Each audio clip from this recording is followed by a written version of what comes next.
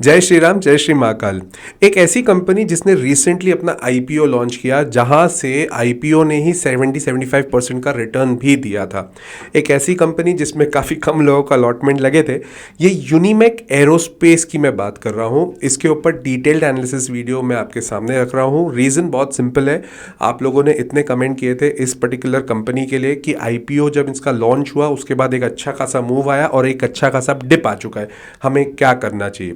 तो ये कोई बाइंग और सेलिंग रिकमेंडेशन तो है नहीं, बट आपको इस चीज़ को ध्यान रखना है। ये एजुकेशन बेसिस के लिए हमने वीडियो बनाया है, एनालिसिस बनाया है, ताकि आपको ये समझ आए कि आपका इन्वेस्टमेंट आपने कहाँ किया है। अगर आपको बाइंग या सेलिंग रिकमेंडेशन चाहिए तो आपको अपने फाइनेंशियल कंसल्टेंट से बात करनी पड़ेगी and accordingly you have to take the decisions also.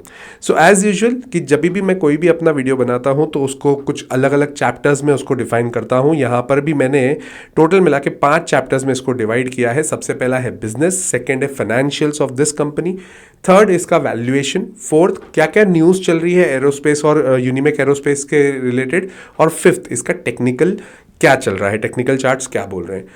आखिर में मैं ये ज़रूर बताता हूँ कि मैं क्या करने वाला हूँ इस पर्टिकुलर कंपनी में, तो आपको इस बात की क्लैरिटी रहे। ताकि आपको मेरा कंटेंट अगर अच्छा लगता है तो प्लीज़ लाइक कर दीजिए वीडियो और सब्सक्राइब कर दीजिएगा चैनल, और साथ ही साथ एक कमेंट कर दो यार कि कौन सी कंपनी पर आपको एनालिसिस चाहिए। ये वीडियो भी तभी बनाया है, इनफैक्ट कुछ सब्सक्राइबर्स ने कंटिन्यूसली इस कंपनी की डिमांड करी थी, इसीलिए वीडियो मैंने थोड़ा तत्कालीन बनाया है। तबीयत थोड़ी सी गड़बड़ चल रही है, बट थोड़ा वॉइस को आप प्लीज़ नज़रअंदाज करिएगा, उसके लिए तहे दिल से पहले ही मैं माफ़ी मांगता हूँ। So let us begin with chapter number 1, that is business. ये कंपनी क्या करती है? एक तो ये थोड़ी टेक्निकल कंपनी है। ये बेसिकली एरोस्पेस का काम कर रही है, मतलब एयरक्राफ्ट से कनेक्टेड जितनी सर्विसेज हैं वो वाली सर्विसेज दे रही है। फ्लाइट्स की जो कंपनीज हैं उनको दे रही है। फ्लाइट्स की कंपनी मतलब क्या, इंडिगो हो गया, स्पाइस जेट हो गया? नहीं नहीं नहीं, जो फ्लाइट्स बनाती हैं। कौन कौन सी कंपनी हो गई? बोइंग हो गई, उसका एयरबस हो गया, इनफैक्ट जनरल इलेक्ट्रिक्स भी इसका एक बहुत बड़ा क्लाइंट है, रॉल्स रॉयस भी इनके क्लाइंट है। ठीक है, तो कंपनी करती क्या है? They are into manufacturing of gas turbines as well as air frame और एयरपोर्ट टूलिंग्स। तो जो टूलिंग्स होते हैं, जो अलग अलग पार्ट्स होते हैं, उसका मैन्युफैक्चरिंग करती है, which are used in MRO. MRO का मतलब होता है मेंटेनेंस, रिपेयर एंड ओवरऑलिंग। अब ये क्या होता है? एमआरओ एक टेक्निकल वर्ड हो गया, तो ऐसा कुछ है नहीं। मेंटेनेंस है, रिपेयर है, और ओवरऑलिंग में जो भी टूल्स यूज होते हैं उसका ये मैन्युफैक्चरिंग करती है।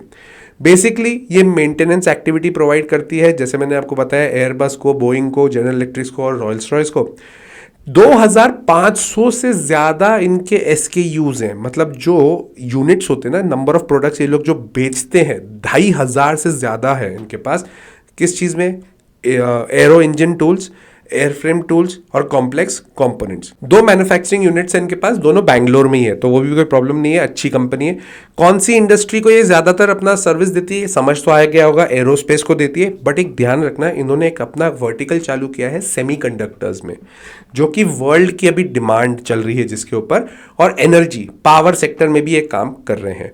सबसे खतरनाक बात यह है, 92% ऑफ द रेवेन्यू इनका जो आता है वो नॉर्थ अमेरिका से आता है। मतलब जो टोटल रेवेन्यू है 92% आ रहा है अमेरिका से, नॉर्थ अमेरिका से। 5% आता है जर्मनी से, और इंडिया में सिर्फ 3% ही है। मतलब ये इंडिया में डिपेंडेंट बिजनेस नहीं है। अब इसमें एक प्रॉब्लम ये आ सकती है कि अगर यूएस का मार्केट अगर खराब होता है तो इसके ऊपर डायरेक्ट इंपैक्ट पड़ेगा। तो आप क्या करिए, जब भी आपको ऐसा लग रहा है कि यूएस मार्केट में किसी प्रकार का फॉल आ रहा है या कुछ गड़बड़ हो रही है, या यूएस में इंडियन कंपनीज को लेकर थोड़ी बहुत चेंजेस आने वाली हैं, तो इन कंपनीज के ऊपर आपको ध्यान रखना पड़ेगा। तो बिजनेस वाइज देखा जाए तो ठीक है, बट यूएस डिपेंडेंट है तो ऑटोमेटिकली थोड़ा डर तो लगता ही है। Let's come to chapter number 2, that is financials. Sales की अगर मैं बात करूं, आईपीओ आने वाला था तो ऑटोमेटिकली मार्च 2024 में तो ज़बरदस्त सेल्स हुई है यार। सेल्स जो 2022 में 36 करोड़ की थी, 2023 में 94 की हुई, और फिर 209 करोड़ की हो गई। इनफैक्ट ऑपरेटिंग मार्जिन की अगर मैं बात करूं तो जो पहले 22% का था वो बढ़कर अब 38% का हो गया है, which is a very positive point. Profit after tax भी पहले 9% का था, जो बढ़कर अब 24% हो गया है। अगेन फाइनेंशियल्स अगर मैं बात करूं तो बहुत बढ़िया है। करंट ईयर में अगर अपन बात करें FY25 की, 250 करोड़ तक जा सकती है, जो कि 210 करोड़ पे थी। तो इफेक्टिवली सेल्स वाइज तो ग्रोथ लग रही है, इसमें मुझे कोई डाउट नहीं है। इनके पास बोरोइंग भी है और बोरोइंग स्टेबल है, 78 करोड़ पे है, जबकि रिजर्व्स और कैपिटल मिलाकर 390 करोड़ है। इफेक्टिवली अगर मैं देखूं तो 0.2:1 का डेट इक्विटी रेशियो है, which is very comfortable. So let's come to chapter number 3, that is valuation. Price earning ratio इनका 103 का है, जबकि इंडस्ट्री का 97 का है। कब हुआ है? जब इतना बड़ा फॉल आया है उसके बाद, अब जाके वैल्यूएशन थोड़े ठीक ठाक लग रहे हैं। प्रमोटर्स के पास स्टेबल 79.82% की इक्विटी है, विच इज गुड इनफ, कोई दिक्कत की बात वहां पर नहीं है। कंपनी प्रोस्पेक्ट वाइज बढ़िया है, सिर्फ वो अमेरिका वाला जो तड़का है ना, वो एक थोड़ा सा प्रॉब्लमेटिक है। So let's come to fourth chapter, that is news. US में इलेक्शंस अभी अभी हुए हैं, अब देखें ट्रम्प साहब उसकी किस तरह से अपनी पॉलिसीज बनाते हैं, अकॉर्डिंगली किस तरह से इस कंपनी पर भी इंपैक्ट आता है। डोनाल्ड ट्रम्प साहब हैं तो ऑटोमेटिकली बहुत जगह इंस्टेबिलिटी होगी, बहुत ज़्यादा फ्लक्चुएशंस होंगे। हमारा इनका कंपनी का पूरा बिजनेस ही बाहर से है, पूरा 93% का जो बिजनेस है वो यूएस से है, नॉर्थ अमेरिका से है, तो ऑटोमेटिकली इनके ऊपर इम्पैक्ट तो रहेगा। तो न्यूज़ वाइज आपको ये बार बार ट्रैक करना रहेगा कि अमेरिका में एग्जैक्टली क्या चल रहा है। अगर अमेरिका हर चीज़ को लेके, इंडिया को लेके पॉजिटिव होता है तो इसको बहुत ज़्यादा बेनिफिट मिलेगा, इसमें मुझे कोई डाउट नहीं है। Let's come to chapter number 5, that is technicals. 1200 से ऊपर जब तक ये नहीं जाएगा तब तक इसमें दिक्कत है, और ये जब तक 1200 को क्रॉस नहीं करेगा एक बहुत स्ट्रॉन्ग रेजिस्टेंस बन चुका है। Otherwise it's like a falling knife को कैच करने वाली बात हो जाएगी, आपका हाथ कट सकता है। तो प्लीज इसको ध्यान रखिएगा। एकदम से हर कंपनी में घुसने की तैयारी मत करिए, क्योंकि अभी 2025 वैसे भी एक स्टॉक मार्केट के लिए थोड़ा सा टफ ईयर माना जाएगा इनफैक्ट, जिस हिसाब से मार्केट कंडीशंस अभी हैं। So please make sure that you are taking a wise call. ये कोई बाइंग सेलिंग रिकमेंडेशन नहीं है, मैं इसमें इन्वेस्टेड नहीं हूँ, और अभी at this moment I am not gonna invest on my particular funds, my personal funds in this company.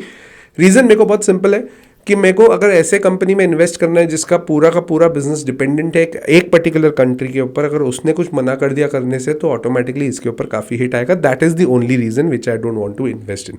आपको अपना डिसीजन अपने बेसिस पर लेना है, अपने फाइनेंशियल कंसल्टेंट से बात करने के बाद लेना है। सो आई होप कि ये वीडियो आपको अच्छा लगा होगा। तो अगर अच्छा लगा है तो प्लीज़ लाइक कर दीजिएगा वीडियो, सब्सक्राइब कर दीजिएगा चैनल, और कमेंट करके बताइएगा किसी और कंपनी के ऊपर आपको डिटेल एनालिसिस वीडियो चाहिए, मैं ज़रूर बनाऊंगा। टिल देन, जय श्री राम, जय श्री महाकाल।